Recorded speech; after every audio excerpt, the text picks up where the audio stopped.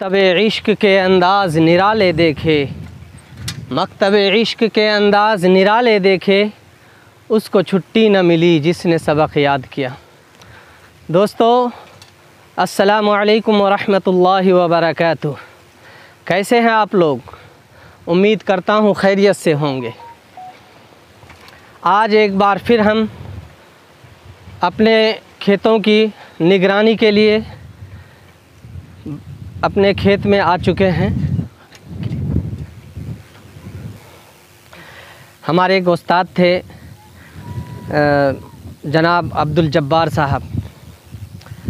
जब भी आप ज़िंदगी के किसी भी शोबे में मदरसे से और जगह से बाहर निकलने के बाद आप किसी भी लाइन में काम कर रहे हों, तो उस वक्त जो है जो आपके उस्ताद हैं उनको ज़रूर याद किया कीजिए, उनको भूलना नहीं चाहिए। अल्लाह उनके दर्जात को बुलंद फरमाए, उनके लिए दुआएं करते रहें। किसी बुज़ुर्ग से एक शख्स ने दरख्वास्त की एक मर्तबा कि हज़रत मेरे लिए दुआ कीजिए। तो कहा बेटे किस सिलसिले में दुआ करवाना चाहते हो? तो उन्होंने कहा कि मैं चाहता हूँ कि अल्लाह मेरी मग़फ़िरत कर दे। तो उनके हज़रत ने कहा कि बेटे दुनिया में जितनी ज़िंदगी तुमने पाई है और जिन जिन से तुम्हारी मुलाकात हुई है और होती है, उन तमाम को लेकर ये नज़रिया रखो, और जिस से भी तुम मिलते हो, और जाहिर सी बात है जिनके साथ मिलना जुलना होता है, उठना बैठना होता है, तो मामलात तो पेचीदा हो ही जाते हैं। तो फरमाया उनके हज़रत ने कि उनके तय अपने दिल को साफ़ रखो और अल्लाह से यूँ कहो कि या अल्लाह मेरे जितने भी मिलने वाले हैं, किसी तरह से मेरे ज़रिए से अगर उनको तकलीफ़ पहुंची हो तो वो मुझे माफ़ कर दें, और अगर सामने वाले से मुझे कोई तकलीफ़ पहुंची हो तो मैं उनको माफ़ करता हूँ। मैं किसी के बारे में अपने दिल में बदगुमानी नहीं रखता। तो उनके हज़रत ने ही फरमाया कि किसी से बदगुमान मत हो, तो अल्लाह ताला तुम्हारी जो है मग़फ़िरत कर देंगे और तुम्हारे दर्जात को बुलंद करेंगे, तुम्हें रुसवा नहीं करेंगे। दोस्तों फिर एक बार हम आ गए हैं अपनी खेती का जायज़ा लेने के लिए। ये देखिए हमने धान लगाया था, 1 महीने हो गए तकरीबन। अब देखते हैं क्या है। अभी जो शुरू में हमने एक शेर सुनाया आपको, ये हमारे उस्ताद मौलाना अब्दुल जब्बार साहब अक्सर व बेशतर ये शेर हमें सुनाया करते थे। उस वक्त ये बात समझ में नहीं आती थी, अब ये बात हमें समझ में आ रही है कि मकतब इश्क के अंदाज़ निराले देखे, उसको छुट्टी ना मिली जिसने सबक याद किया। कि इस शेर का मतलब क्या है? ज़िंदगी के किसी भी शोबे में आप जब काम करते हैं मेहनत लगन के साथ, तो आप उसी से वाबस्ता हो जाते हैं। फिर दिन रात आपको उसी की फ़िक्र लगी रहती है। आप घर में सो रहे होते हैं, बाहर ज़ोरों की बारिश हो रही होती है, आपका मन बस खेतों में लगा रहता है कि खेत में ना जाने क्या हाल है, पानी ज़्यादा लग गया, बारिश नहीं हुई, धूप निकल आई, तब भी आप फ़िक्रमंद होते हैं कि ना जाने क्या हाल है, खेती सूख तो नहीं गई।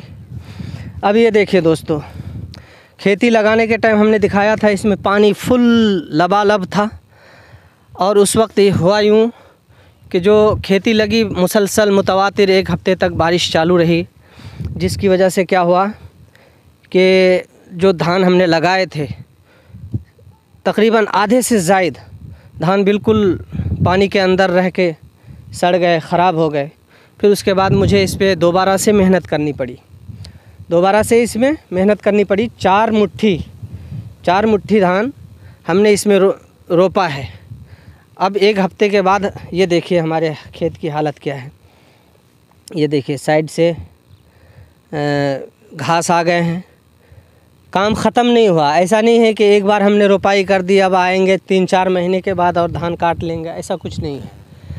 ये तो ऐसा सबक है कि ये चालू ही रहेगा हमेशा। और जब धान, अब ये खेतियाँ जो कुदरत का काम है, खेतियाँ लहलहा रही है, धूप निकलेगी, बारिश होगी, लेकिन अपना काम ख़त्म नहीं हुआ है। कभी भी काश्तकार का काम ख़त्म नहीं होता, उनको जो है लगे रहना होता है। ये साइड से जितने, इधर दिखाइए, ये साइड से जितने ये घास आ गई है, अगर इसे अभी हम सफाई नहीं करेंगे इसकी, तो ये बढ़ के इसको होने नहीं देगा। धान जो है बहुत मुश्किल हो जाएगा इसको निकलना, बढ़ना। ये देखिए खेतों में कैसे हो गए हैं घास, इसकी साफ़ सफाई करनी है।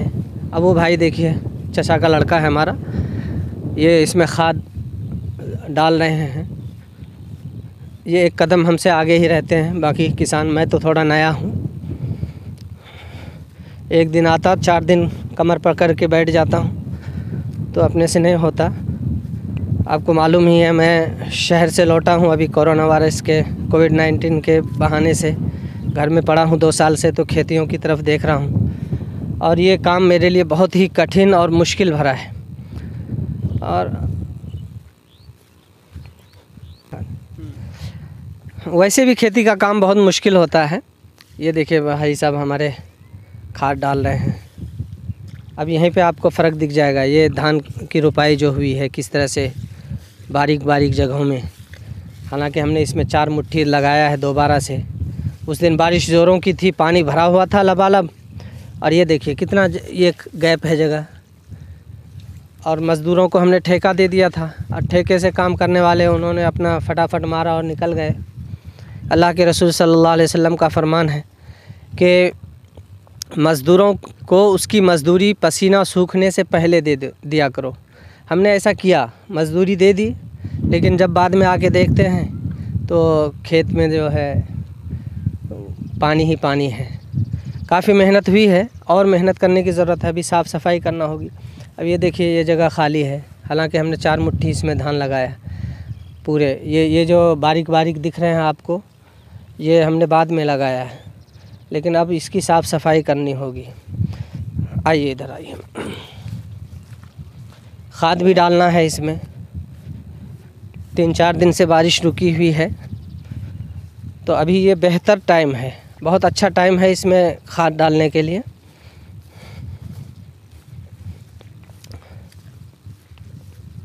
ये देखिए बारीक, ये जो घास दिख रहे हैं आपको, इसका साफ़ करना बहुत ज़रूरी है, वरना बहुत मुश्किल हो जाएगी। क्लिक।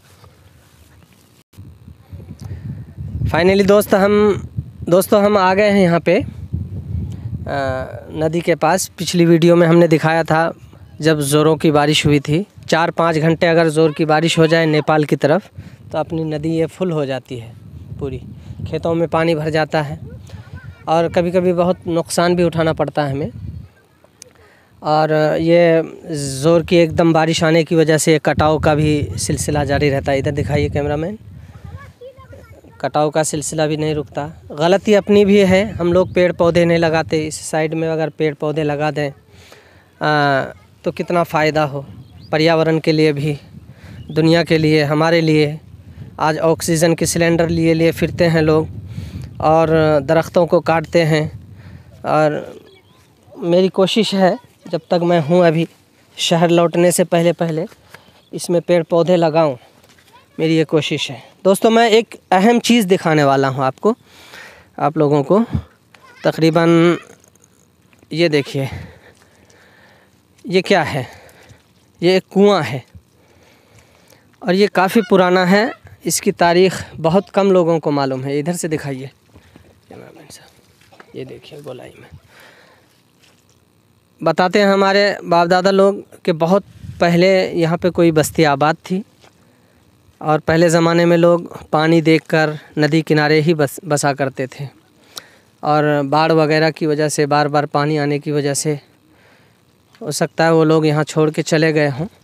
तो ये बाक़ियात अभी बाकी है। ये कुआं जो है उसी की निशानी है, बस कुआं ही बचा है और कुछ निशानी नहीं बची है। ज़माने की धुंध में सब खो गए। चलिए ऊपर चलते हैं, बाकी खेतों का भी हम नज़ारा कराएंगे आपको। बस इस वीडियो में मैं एक ही पैगाम देना चाहता हूं दोस्तों आप लोगों को कि अगर आप शहर में भी रहते हैं तो अगर 10 बाई 10 की जगह है आपके पास तो घर के सामने जो है आप पेड़ लगाएं और ताकि फ्रेश हवा मिले दुनिया को, सिर्फ़ आपको नहीं, हमें नहीं, पूरी दुनिया के बारे में सोचें। बस मैं यही मैसेज देना चाहता हूँ। बच्चे उस तरफ अपनी बस्ती के ही हैं, ये लोग कुछ मछलियाँ पकड़ रहे हैं और कुछ घास काट रहे हैं जानवरों के लिए। ये देखिए खेतियाँ लहलहा रही है, कुदरत अपना काम कर रही है। धूप, बारिश और हवाओं का चलना, ये सारा निज़ाम गैबी निज़ाम है, अल्लाह का निज़ाम है। और अपनी ज़िम्मेदारी भी बनती है कि हम, अगर अल्लाह ने हमें दुनिया में पैदा किया, भेजा है और दुनिया का खलीफा बनाया है, मालिक बनाया है, कि अल्लाह की मखलूक तो बहुत सारी है दुनिया में, लेकिन सबसे अफजल और अहम जो है हम इंसान ही है इस दुनिया में। तो ये ज़िम्मेदारी है हमारी कि हम दुनिया की हिफाजत करें, पर्यावरण को नुकसान ना हो। हम पहाड़ों को तोड़ते हैं, बिल्डिंगें बना रहे हैं, हम ज़मीन, खाली ज़मीनों को और जो जंगल, कभी पहले ये नदी किनारे बहुत सारे जंगल हुआ करते थे, आपको सामने दिख रहा होगा, उधर जंगल है साइड में, तो वो तो बचे हुए हैं। इधर लोगों ने खेत बना लिए, अपने मफादात के लिए हम जी रहे हैं और मुस्तकबिल का बिल्कुल नहीं सोचते। तो कितना नुकसान होता है, बाढ़ आ जाती है, पानी भर जाता है, हमारे घर बह जाते हैं, तो ख़ुद कहीं ना कहीं हम अपनी मुसीबत है हम पर आती है, इसके ज़िम्मेदार ख़ुद ही हैं हम लोग। तो मैं ये मैसेज देना चाहता हूँ आप लोगों को कि दरख्त लगाएं आप लोग। हम भी ये कोशिश करेंगे, लोगों से मैं मिलता रहता हूँ और उनको भी बताता हूँ, भाई साइड में जो जगह खाली है इसमें दरख्त लगाओ, अच्छी हवा मिलेगी और बाढ़ वगैरह से भी बचाव होगा।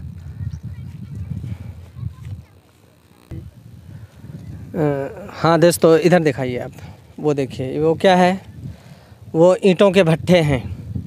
इससे भी काफ़ी नुकसान होता है पर्यावरण को। तो लोग क्या कर रहे हैं, ज़मीनों को काट काट के ईंटें बना रहे हैं, पहाड़ों को खोद खोद के पत्थर निकालते, माइंस निकालते और दुनिया को मतलब ख़तरे में डाल रहे हैं। सब इंसान अपनी मफादात के लिए जी रहा है। ख़ुद हमारे बस्ती में 5-6 भट्ठे हैं ईंटों के, और ये जो आपको सामने दिख रहे हैं, किसी दिन मैं लेके जाऊंगा भट्ठे के अंदर। अभी थोड़ा सीज़न नहीं है, ईंटें किस तरह से बनती है वो मैं अलग वीडियो होगी अपनी, लेकिन मैं पर्यावरण के ऊपर बात कर रहा हूँ कि हाँ, आज इंसान जो है पोल्यूशन से कितने परेशान हैं। तो ऐसे ईंटों के भट्ठों के पास उनसे जो धुएँ निकलते हैं, उनको भी चाहिए कि वो जो जगह खाली है जहाँ ईंटें बनती है, वो बीच में अगर लाइन बाय लाइन दरख्त लगा लें तो कितना फ़ायदा होगा। ऐसी बहुत सारी खाली जगहें होती है जो बिल्कुल यूज़ में नहीं है, लेकिन अपनी काहिली की वजह से वो जगह खाली पड़ी हुई है और यूज़ में नहीं आ रहा है वो। तो मैं ऐसे लोगों से यही रिक्वेस्ट करूँगा कि खाली जगहों को पुर करें, घर बना के, बिल्डिंग बना के नहीं, मेरे मतलब यह है कि दरख्त वगैरह लगाएं, पेड़ पौधे लगाएं, ताकि फ़ायदा पहुँचे हमें भी, आने वाली नस्लों को भी फ़ायदा पहुँचे। हल्की हल्की बारिश शुरू हो गई है, छतरी वगैरह हम नहीं लाए। अब हम अपनी दूसरी जो खेत है यहाँ पे आ गए हैं, थोड़ा यहाँ भी जायज़ा लेंगे। यहाँ पे भी वही नदी है, भलवा नदी बोलते हैं इसको। तो यहाँ पे भी कटाव चालू है हमारे खेत का, काफ़ी खेतें जो है ज़मीन कट के अपना इसमें नदी में चली गई है। ये देखिए दोस्तों, हम इस खेत के पास आ गए हैं। यहाँ पे भी वही परेशानी है, यहाँ कुछ अलग तरह की जंगल है, ये 3-4 पत्तियों वाली बारीक बारीक सी, इसकी भी सफाई ज़रूरी है। ऑलरेडी हम यहाँ आ गए हैं नदी के किनारे। यहाँ काफ़ी कटाव चालू है, हर साल ज़मीनें कट रही हैं अपनी। यहाँ 5 बीघा ज़मीन हमारे दादा मरहूम छोड़ गए हैं हमारे लिए। ये पूरा राउंड में इतना जगह है। ये पटसन की खेती हमारे चचा की है, ताऊ चचा ने लगाए। आइए हम आ गए हैं यहाँ पे नदी किनारे। अच्छा, इसको काटेंगे फिर इसमें भी धान लगेगा। पिछली वीडियो में हमने बताया था खारू क्यों लगाया जाता है, तो ऐसे खेतों के लिए ही खारू लगाते हैं। अब वो धान जब तक बढ़ जाएगा फिर इसमें ये पटसन काटने के बाद धान लगाया जाएगा। ये देखिए दोस्तों कितना कटाव हुआ है। हर साल खेत जो है यहाँ से, ये देखिए ये पटसन चला गया है उधर। एक बांस लगा दिया था यहाँ पे, तो ये कोना बचा हुआ है। पुरानी नदी जो है वो भैंस सामने दिखाइए, वो भैंस पुरानी नदी वहाँ थी और ये अपनी ज़मीन वहाँ से थी। पूरी ज़मीन कट गई। ये अपनी गफलत की वजह से, लापरवाही की वजह से, या जिस वजह से भी कहें। ये देखिए आगे आपको एक सिलसिला मिलेगा ये पेड़ों का। उधर से आप अगर जाएंगे तो आपको नदी बिल्कुल बारीक दिखेगी, क्योंकि दोनों साइड दरख्त लगे हुए हैं, पेड़ पौधे लगे हुए हैं, तो कटाव का काम रुका हुआ है। और इस साइड जब आप दक्षिण में जाएंगे जितना भी, तो नदी चौड़ी दिखेगी आपको, क्योंकि पानी का फैलाव जिधर रास्ता मिलता है निकल जाते हो काटते हुए। आइए इधर देखते हैं। ये देखिए यहाँ एक साहब की ज़मीन थी 6 कट्ठा, वो पूरी नदी में चली गई। और ये खेती तो हमारी ही है। हमने बताया कि ये 5 बीघे का प्लॉट है, उधर नदी किनारे से लेके अंदर तक है। ये कितना अच्छा लग रहा है, ये हरा भरा। मेरा भी सपना है कि मैं ऐसे किनारों में दरख्त लगाऊं। जब तक गांव में हूं इंशाल्लाह कोशिश करता रहूंगा, और लोगों में भी मैं इस बात को की तरगीब दिलाता रहूंगा कि वो पेड़ पौधे लगाएं, आने वाली नस्लों के लिए लगाएं, अपने लिए लगाएं, अपने बच्चों के लिए लगाएं, और इस दुनिया के लिए लगाएं। बस मेरी ये कोशिश थोड़ी सी चालू रहेगी इंशाल्लाह। और मेरे व्यूवर्स को भी मैं दरख्वास्त करता हूँ, जैसे कि पीछे भी पहले भी बता चुका हूँ मैं आप लोगों को, वो भी कोशिश करें जिनके पास जितनी भी जगह हो, कोई खाली जगह दिखे तो पेड़ पौधे लगाएं। वीडियो अपनी लंबी होती जा रही है, मैं बात को यहीं ख़त्म कर रहा हूँ। खेतों पे आने के लिए थोड़ा ऐसे ही आना पड़ता है, तो फटे पुराने कपड़े पहन के आ गया हूँ। और फिर मिलते हैं दोस्तों अगली वीडियो में। तब तक के लिए अपना ध्यान रखें, अपना ख्याल रखें, दुआ में याद रखें। अल्लाह हाफिज़।